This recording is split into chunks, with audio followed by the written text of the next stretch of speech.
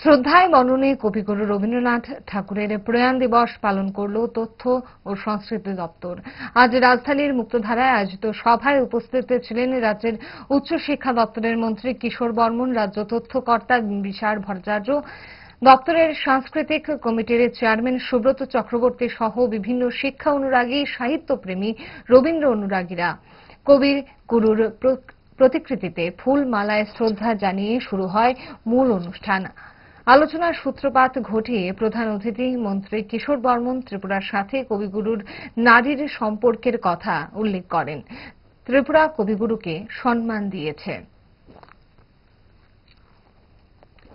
ত্রিপুরা শুধুমাত্র রবীন্দ্রনাথকে সম্মান করেছে তা নয়, রবীন্দ্রনাথও কিন্তু তার সাহিত্য এবং তার সৃষ্টির মাধ্যমে আমাদের ত্রিপুরাকে বৃহত্তর ভারতীয় যে সংস্কৃতি, সেই সংস্কৃতির মানচিত্রে আমাদের ত্রিপুরাকে একটা বিশেষ স্থান কিন্তু রবীন্দ্রনাথ দিয়েছেন।